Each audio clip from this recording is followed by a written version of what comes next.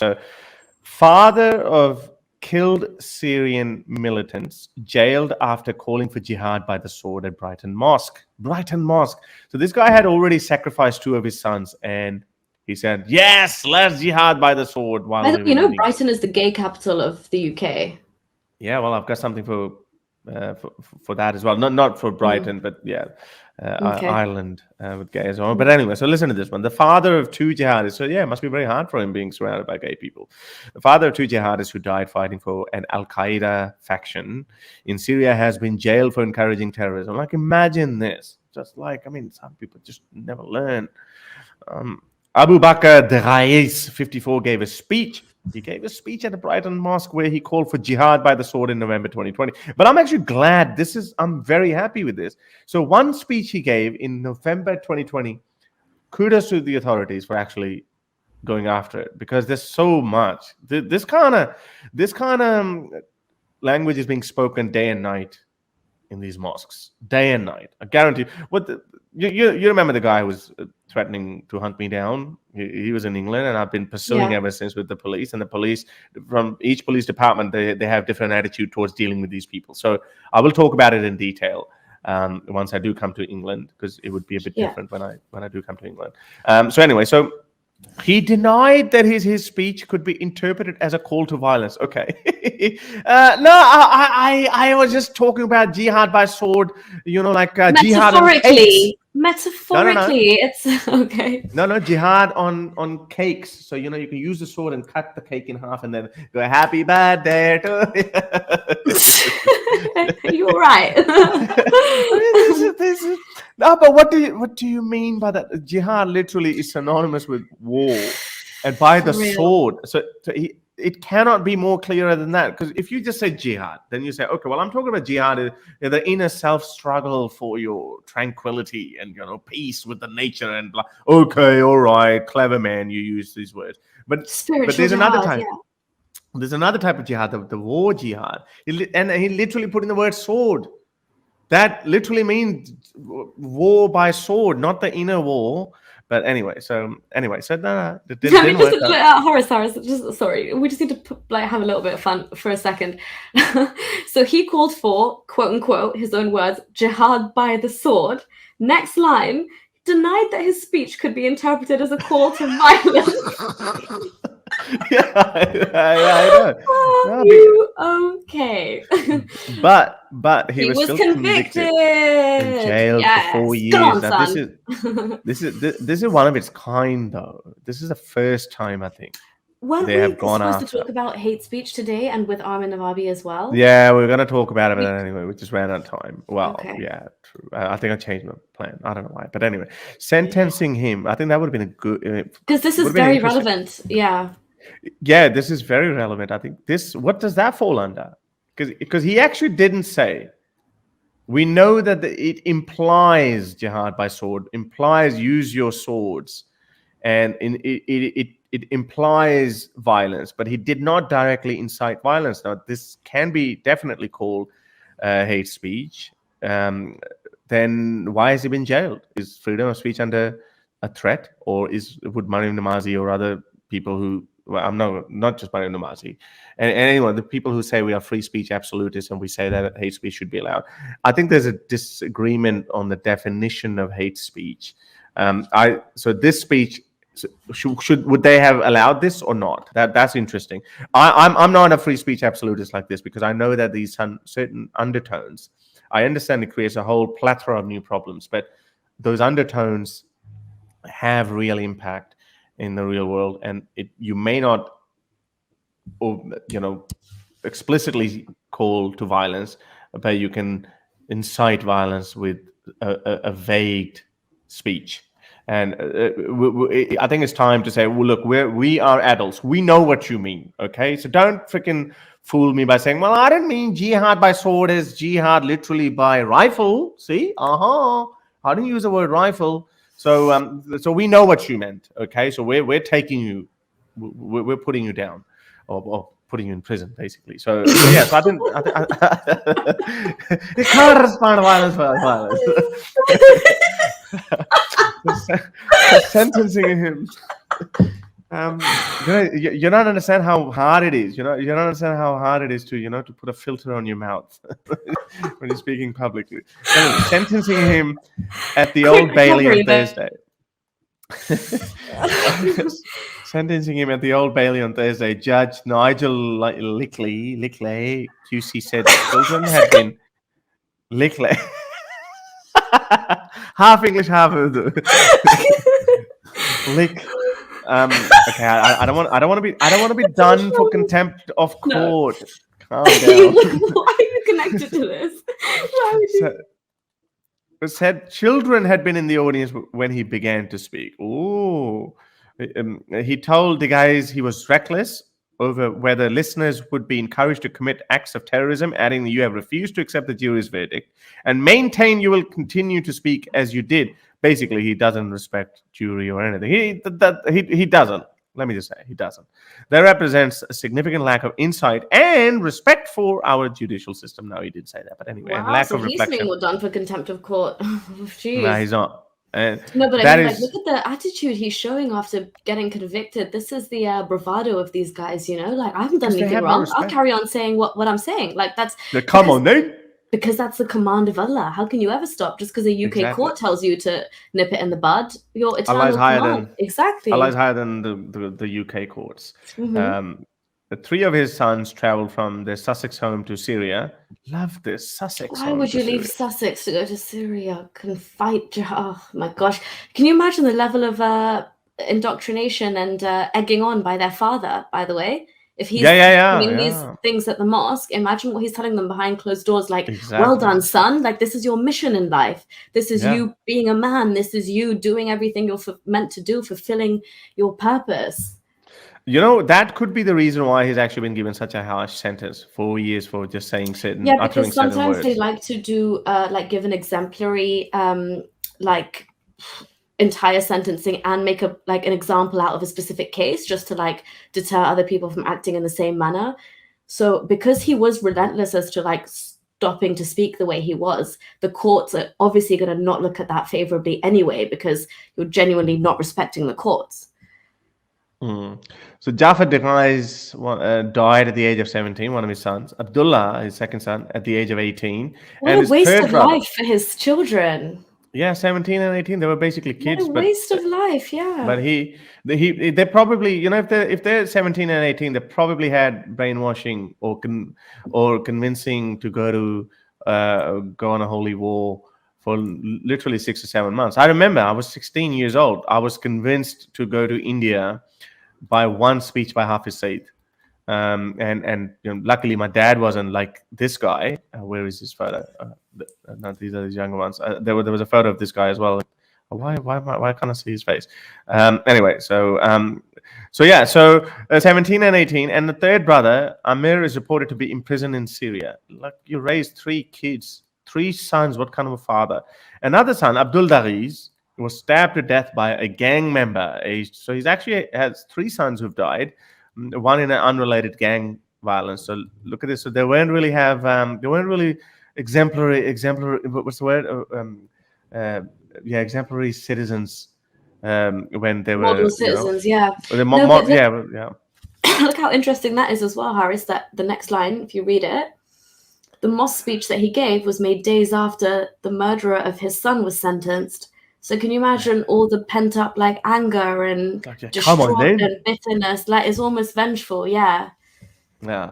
The defendant's brother Omar Daghiz was detained anyway. So that it just goes into these details. So that's one of the sons who died days after his 18th birthday while fighting for Jabhat al-Nusra in Syria in 2014.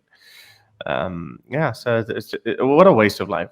What a waste of life. So unfortunate, it really is. And you can't help but feel so sorry for children that have come from homes when the parents are like this, because you have to think from day dot they've almost been kind of emotionally and mentally coerced into thinking in these extreme views just by virtue of what their parents have been kind of infiltrating their mind with. Imagine, even when you're 17 or 18, you are just about to go to university, your mind is so malleable and impressionable still.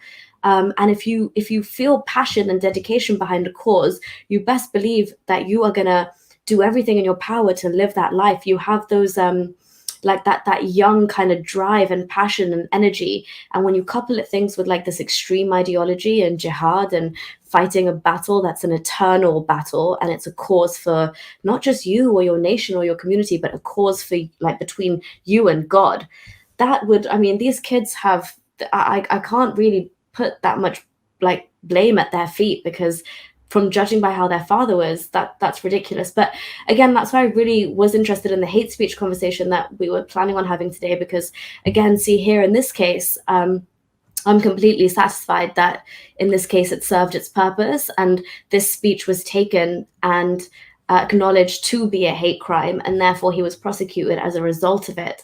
So in safeguarding that in this situation, it's worked very well. But I think we'll have that conversation next week when Mariam comes, or whatever you decide to.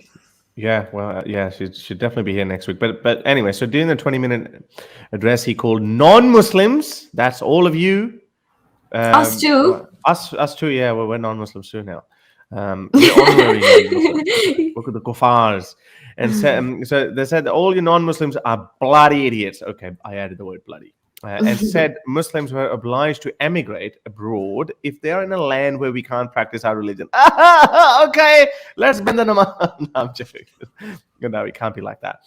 So there you go. Okay, you should be thankful that you are allowed to practice your religion like anyone else. So he told the congregation, jihad is compulsory upon you. So you must have pointed at everyone. You. Are you listening? You. Hey, get off your phone. You. Bye. You. No, hang on. There are more yous. You, and you. Until the day of resurrection. So wait, one second. You, 1, 2, 3. There was 4 people watching his speech. And you. No, he was like, and you too. Let's make sure you don't miss you. It was the 4 people he was addressing. You, and you. So until the day of resurrection, whatever the British government thinks, whatever they think, whatever counter-terror program they have, because he's probably boasting about it. Prevent thinks, yeah. Because he's boasting about it because he dodged the system. He dodged your prevent, he dodged your counter-terrorist programs and the MI5, MI6, and James Bond and everyone, whoever's there. He dodged all of them successfully. Look, I sent 2 of my sons for jihad. Whatever Israel thinks, send them to the sea. And that plays in the hands of Israel. That slogan. What's the full slogan? Something like East or whatever. We'll send them to the sea. Yeah, it just doesn't work. They can go and drink from the sea. Inaudible. Allah curse their fathers. Okay. Oh, Allah curse their. Okay. He asked a question at the end. So Allah curse your fathers. Okay, can I get a question? Yes. Someone must have nodded yes. He's just making sure that it's stuck in their minds. But people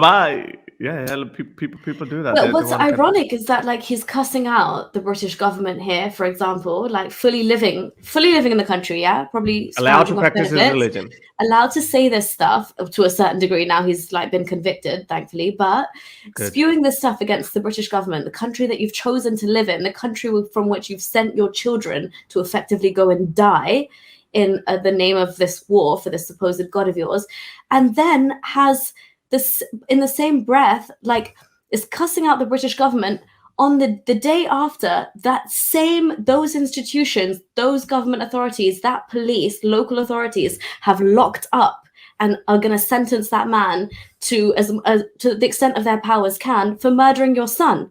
You are getting justice as best justice could be served in a horrible situation like that. Imagine if you were living in a Muslim country. Could you guarantee justice would be served for your son and the murderer would be caught?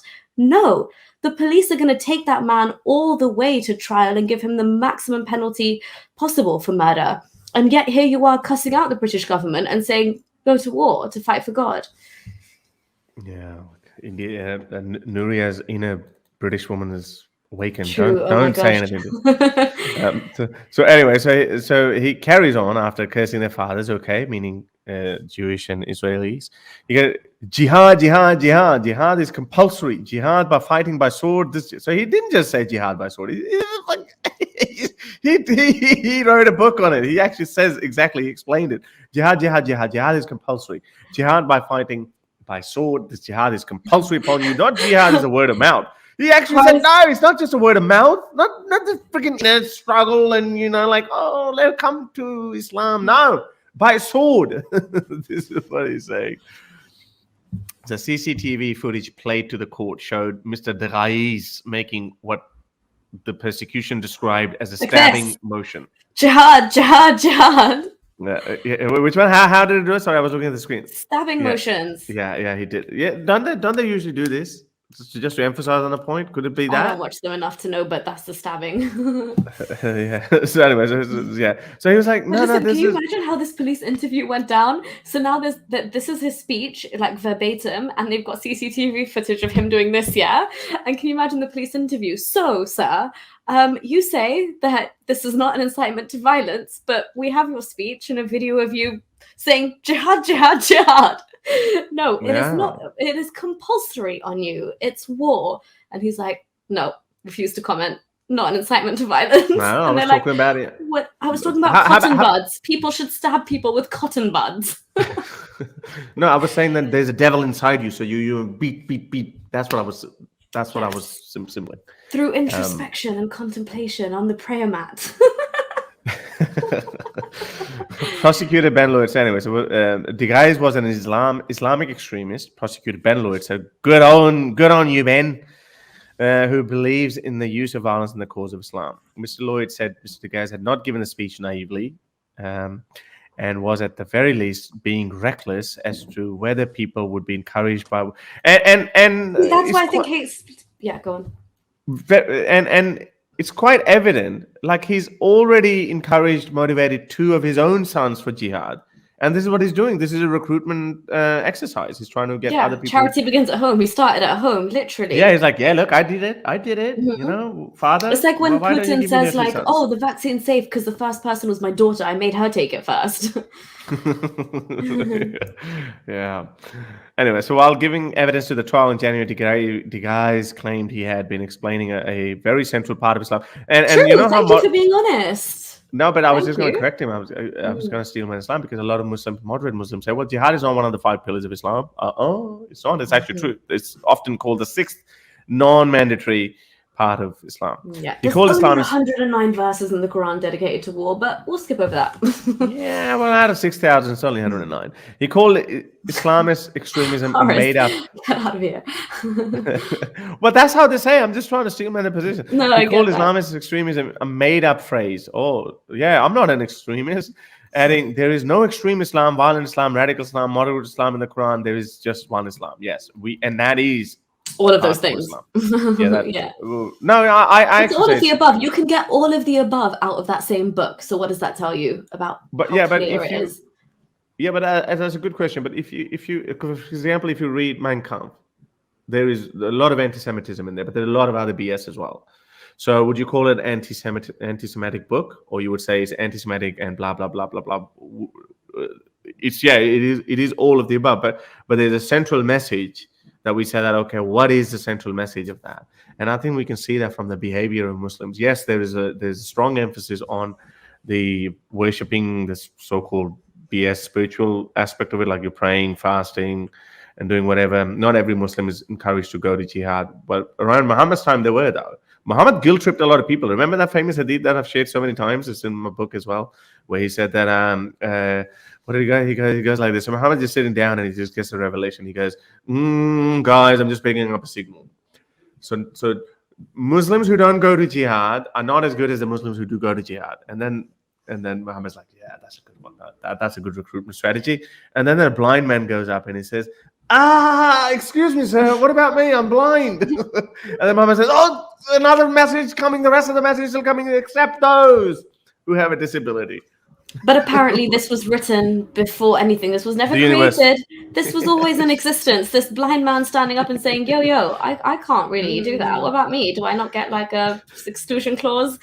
But also there's also hadiths to further strengthen what Horace was saying, where Muhammad has actually said, if you die without having fought for the Muslim cause, or if you die without having the intention to fight, like you're not the best of believers. So that is very much intertwined in the central message of Islam. No matter how much other beautiful fluff or random fluff the Quran has, that is very much central to its theme.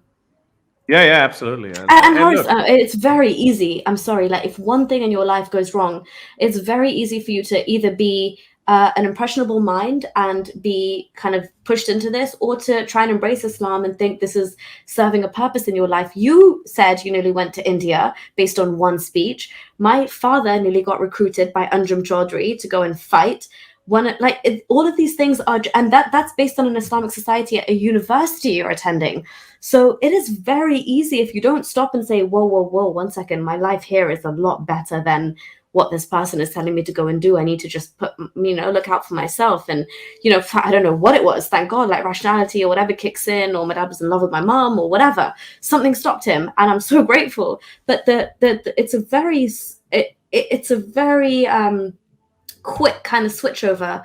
If you are any university and somebody speaks to you and they speak to you on a level where they resonate with you, even if you're UK born and bred, you could be on the next flight to Syria. A uni student that I went to uni with, who was actually a friend of mine, died in Syria fighting. And I lived with that person for a while, and I had no idea they were acting like the most, exactly like us, like listening to music, we're watching the same documentaries, they're drinking wine, they're hanging out. But upstairs, he was going and emailing people from these random parts of England who were recruiting to send people to Syria. And I had no idea. And he lost his life doing that. And in this situation, the dad is probably proud that he's lost these sons as martyrs. But in this situation, the mother was absolutely distraught. She had to recognize her son's body based on whatever was left from when he was killed. And she went to a court, they showed his emails, and he was saying goodbye to her. He sent us all messages on Facebook saying goodbye in really weird terms. And I remember after that, even Facebook took that message away because I don't have access to it anymore. But there was a whole email where he's written a letter to his mom saying, I'm sorry, I just can't live in a country where Sharia is not the ultimate law, and Sharia does not govern society. This is a guy who was sitting there and joking with me. And I'm like, yeah, when you're coming to Dubai? And he's like, oh, I hate Dubai, but I'll come to Egypt. Can you find me an Egyptian wife? And I would joke with him being like, oh, why do you want like such a proper Muslim wife? And he's like, no, Nuri, I just think that's really I guess that's just what I need. And this is, I thought, is general conversation, but deep down behind this, he has a mission. He had come back from Kashmir, spending time with these people, but he was just telling me casually, oh, Nuri, if you go to Kashmir and they offer you tea, it's so salty, but you have to accept it. It's their custom. And I didn't realize behind that, when he was talking to me about all these nice times and the stars and how pretty it was, he is talking to some serious mullahs and some serious sheikhs. And maybe he wanted you as a wife. No. Why don't you? I'll buy you a new. I'll buy you a Gucci burger. I'm scared. I wonder how he even accepted me now, because I was Muslim at the time, but I was so liberal. But he was doing all these liberal things with me, so I had no idea. It just goes to show you, though, what I'm saying is that when there is that level of brainwashing, he managed to hide it so well before us. We were like 5 flatmates and we had no idea. And even the British immigration authorities were watching him because of his weird travel history to Cairo, to Kashmir, all these places. But we, living in the same roof, under the same roof, had no idea. It is just, anything could trigger you to do that. Okay, so I guess because you have stated that you intend to continue to make similar speeches representing a worrying aspect of your case and showing a lack of insight, your risk of reoffending is assessed as high. So the risk you pose is described as being to those who are impressionable and who may interpret your words as supportive of terrorism, and that could encourage them to commit terrorist acts. And because we have precedents and you use those same words to influence your kids, from news to politics, travel to sport. Okay, what? Right. All right. So that was it. That's one news story. But there's another worrying news from UK and Ireland. Ireland, my land.